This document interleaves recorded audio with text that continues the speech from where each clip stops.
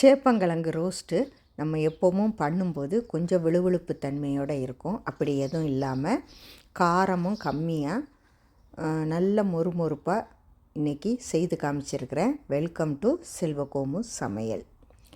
இதுக்கு நான் ஓப்பனில் தான் வேக வச்சுருக்கிறேன். உங்களுக்கு தேவைன்னா குக்கரில் ஒரு விசில் வச்சு எடுத்துக்கிடுங்க.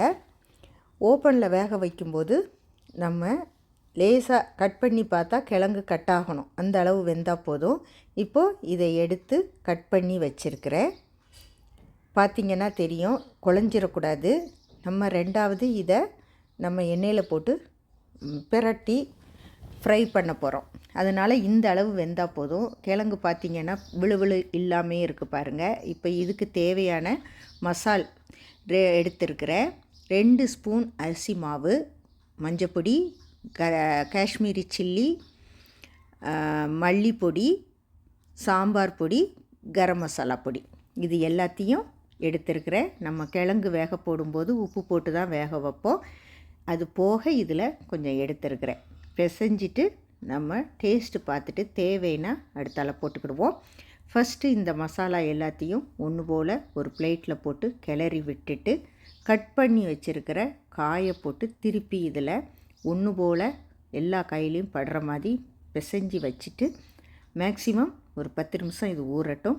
ஊறினதுக்கப்புறம் ஒரு கடாயில் எண்ணெய் ஊற்றி இதுக்கு கொஞ்சம் அதிகமாக தான் எண்ணெய் தேவைப்படும்.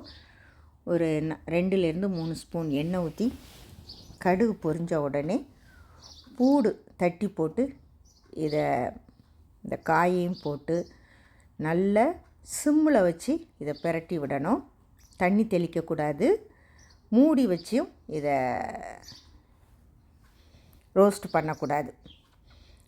சிம்மில் வச்சு பிரட்டி விட்டு இந்த பச்சை வாடை போகவும் இதை எடுத்திங்கன்னா ஒரு காரம் இல்லாத ஒரு சேப்பங்கிழங்கு ரோஸ்ட். உங்களுக்கு காரம் தேவைன்னா தனி வத்தப்பொடி நீங்கள் சேர்த்துக்கலாம்.